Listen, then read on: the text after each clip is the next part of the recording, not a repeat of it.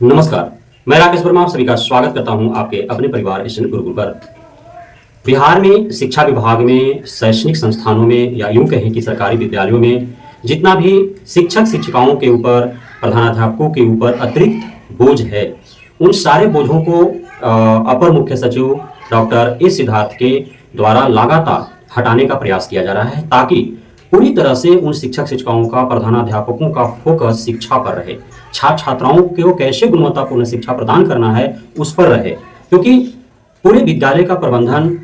प्रधानाध्यापकों के हाथों में होता है। अब प्रधानाध्यापक जब शिक्षणेतर कार्यों में ही पूरे दिन संलग्न रहेंगे तो फिर कक्षाओं का आयोजन उन्हीं को कराना है, कैसे हो पाएगा। चूंकि अब रूटीन तैयार है, लेकिन किस पीरियड में, किस क्लास में, किस विषय को लेकर के किन शिक्षक को भेजने हैं, कभी कभी अब कोई शिक्षक या शिक्षिका अनुपस्थित हो गए, उनके जगह पर कैसे मैनेज करना है। तो तमाम तरह के जो शैक्षणिक व्यवस्थाएं हैं विद्यालय के अंदर, वो सारे प्रबंधन प्रधानाध्यापकों के हाथों में होता है, उन्हीं को करने होते हैं। अब जब वे उस कार्य को करने के साथ साथ दूसरे कार्यों में अधिकांशतः जब अपना समय जाया करते हैं, वो संलिप्त हो जाते हैं, तो फिर मुख्य जो कार्य होता है गुणवत्तापूर्ण शिक्षा बहाल करने की जिम्मेदारी जो उनके कंधे पर है, वह पूरी तरह से अधर में चला जाता है, वो पूरी तरह से बेड़ा गर्क हो जाता है। आपको ज्ञात होना चाहिए कि कोई भी परिवार है आपका, जिस परिवार में आप रहते हैं अपने माता पिता, दादा दादी, भाई बंधु, बच्चों बीवियों के साथ, उसी प्रकार से विद्यालय एक परिवार है। और जब तक किसी परिवार का अभिभावक, गार्जियन जो है, वह जिम्मेदारी पूर्वक अपना कार्यान्वयन नहीं करता है, तो उस परिवार के सारे सदस्य बिखरने लगते हैं।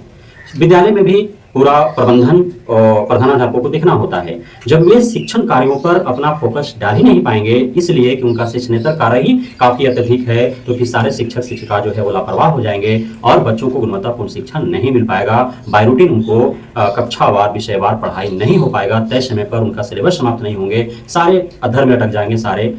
शिक्षण का बेड़ा गर्क हो जाएगा। तो इसलिए डॉक्टर एस सिद्धार्थ का यह पूरी तरह से प्रयास है। और चूंकि 15 अगस्त स्वतंत्रता दिवस के दिन चूंकि हम लोग ब्रिटेन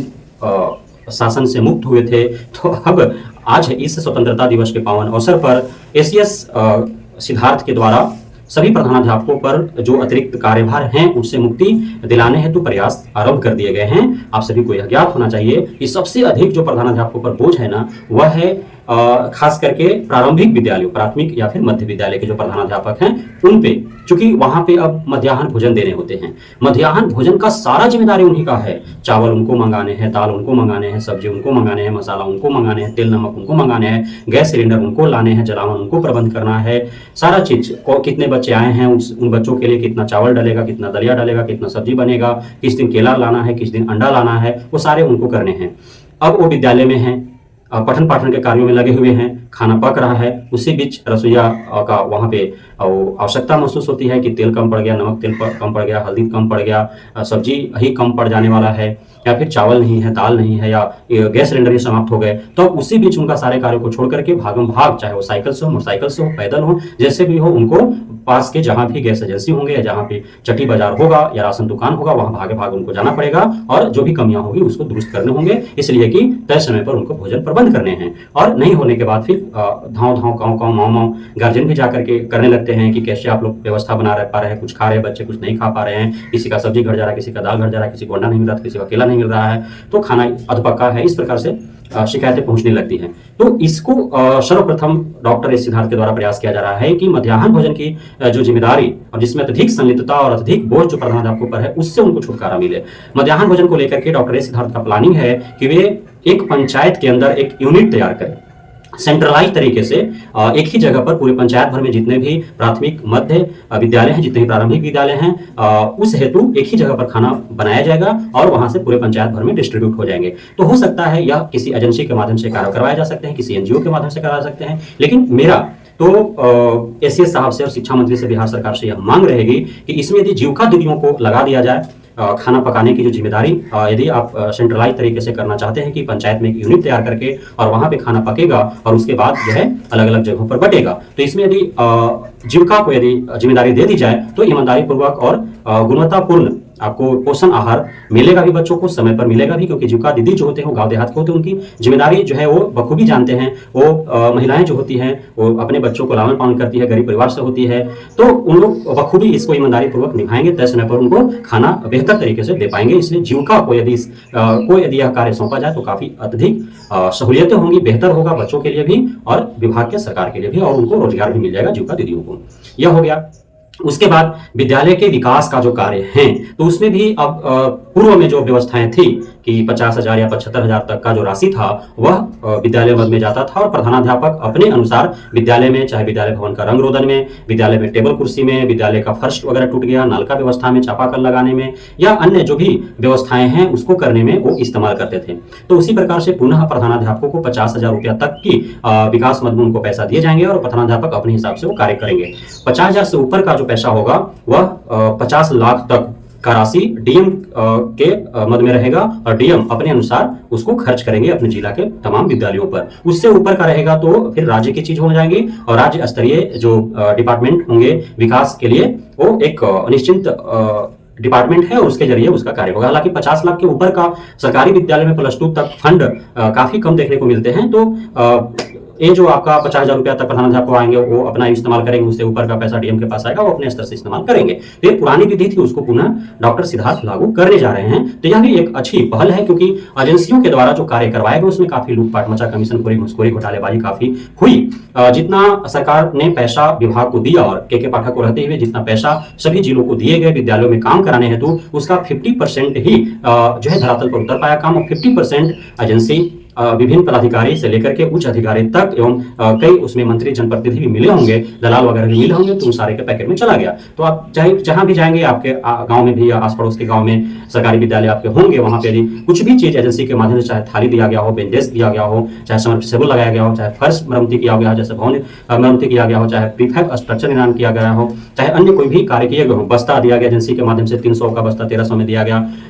अन्य सामग्रियां जो भी उपलब्ध कराए गए, तो आप देख पाते हैं कि किस प्रकार की गुणवत्ता रही है। तो उन पर नकेल कसने के लिए अब एजेंसियों से कार्य छीन करके अधिकारियों को देने का प्रयास किया जा रहा है, ताकि वे सरकार के विभाग के कंट्रोल में रहें, और कम से कम जो है कमीशनखोरी घोटालेबाजी रिश्वतखोरी जो हो रही है, और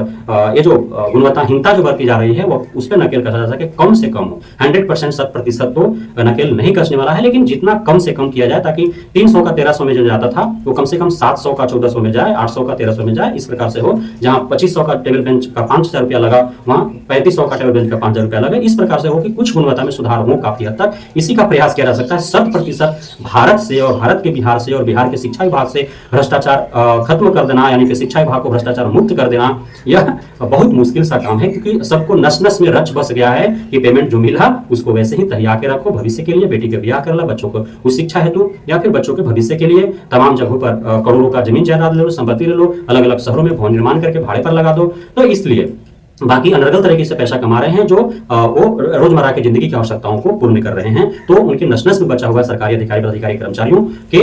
शरीर के नस नस में बसा हुआ है, वो करेंगे ही करेंगे, कहीं ना कहीं वो लूप होल ढूंढ लेंगे और वो भ्रष्टाचार करेंगे ही करेंगे। तो इसकी पर नकेल कस पाना काफी मुश्किल है, जिस प्रकार से पूरे समाज में व्याप्त हो चुका है, लेकिन काफी हद तक इसको सुधारा जा सकता है।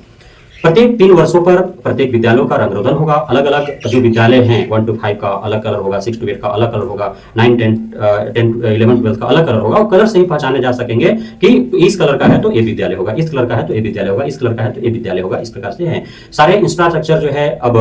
विभाग के द्वारा ही उपलब्ध कराए जाने की भी व्यवस्थाएं बनाई जा रही है। हालांकि एजेंसियों के माध्यम से जो भी कार्य करवाए गए हैं, जो भी सामग्रियां उपलब्ध कराई गई हैं, उसमें जो अनियमितताएं हुई हैं उसकी जांच चल रही है, कमेटी गठित कर प्रत्येक जिलों में। और जो जहां भी अनियमितता गड़बड़ियां हुई है वहां पे एजेंसियों पर दबाव बनाए जा रहे हैं, उनसे वसूली कराया जा रहा है, साथ ही उनको वो जो है अपना जो भी सामान गुणवत्ताहीन उन्होंने सामग्रियां दी थी उसे रिटर्न करके उसके एवज में गुणवत्तापूर्ण गुणमान जो है और क्वालिटेड सामग्रियां जो है उपलब्ध कराने के लिए उन पर दबाव बनाया जा रहा है। कार्रवाई भी की जा रही है, अधिकारी पदाधिकारियों पर भी कार्रवाई की जा रही है। कई जिलों के डीओ डीपीओ जो है वो जांच के जद में है, उन पर कार्रवाइयां हो रही हैं, कहीं निलंबित हो गए हैं, जो कहीं निष्कासित किया जा रहा है। तो इस प्रकार से कार्य किए जा रहे हैं एसीएस सिद्धार्थ के आने के उपरांत। तो अब कुल मिलाकर के प्रधानाध्यापकों को अतिरिक्त कार्यबोझ से मुक्ति मिलने वाला है। आप सभी का कार्य हो जाएगा सिर्फ शिक्षण से संबंधित जो भी आपको कार्य हैं, वो छात्र छात्राओं से संबंधित जो भी आपको कार्य हैं वो। हालांकि मेरी मांग रहेगी शिक्षा विभाग से कि प्रत्येक विद्यालय में, चाहे वो प्राथमिक हो, माध्य हो, माध्यमिक हो, उच्च माध्यमिक, हालांकि माध्यमिक उच्च माध्यमिक में तो कलर की जो है वो अपॉइंटमेंट वहां पे होता है, लेकिन जो प्राथमिक और मध्य है वहां पे प्रधानाध्यापकों के ऊपर ही कार्य सारे सौंप दिए जाते हैं। हालांकि प्राथमिक और मध्य में इतने सारे कार्य होते हैं कि दिन भर का आधा से अधिक समय जो है प्रधानाध्यापकों का उसी में व्यतीत हो जाता है। वो क्लास में जा ही नहीं पाते हैं कि क्लास में जा सकें, बच्चों से रूबरू हो सके और बच्चों से वो किसी भी विषय में जाकर के प्रश्न जवाब ले सके, ताकि कौन सा बच्चा या किस विद्यालय में कितने बेहतर ढंग से पढ़ाई हो रहा है, कहाँ पे कमियां हैं, उसको दुरुस्त करने हेतु अपने शिक्षकों को दिशा निर्देश दे सके, इसके लिए उनको समय नहीं मिल पाता है। तो पूरी तरह से शिक्षा विभाग के एसीएस डॉक्टर एस सिद्धार्थ की यह अब जिम्मेदारी बढ़ गई है और उन्होंने ठान लिया है कि सारे शिक्षणेतर कार्यों को शिफ्ट कर दे। किसी भी शिक्षक शिक्षिका प्रधानाध्यापक को शिक्षणेतर कार्य उनको करना ही नहीं पड़े, ताकि गुणवत्तापूर्ण शिक्षण जो है वह विद्यालयों में बहाल हो सके। बहुत बहुत धन्यवाद आप सभी साथियों का हमारे साथ जुड़े रहने के लिए, बने रहने के लिए, इतना प्यार देने के लिए, हम पे भरोसा बनाए रखने के लिए।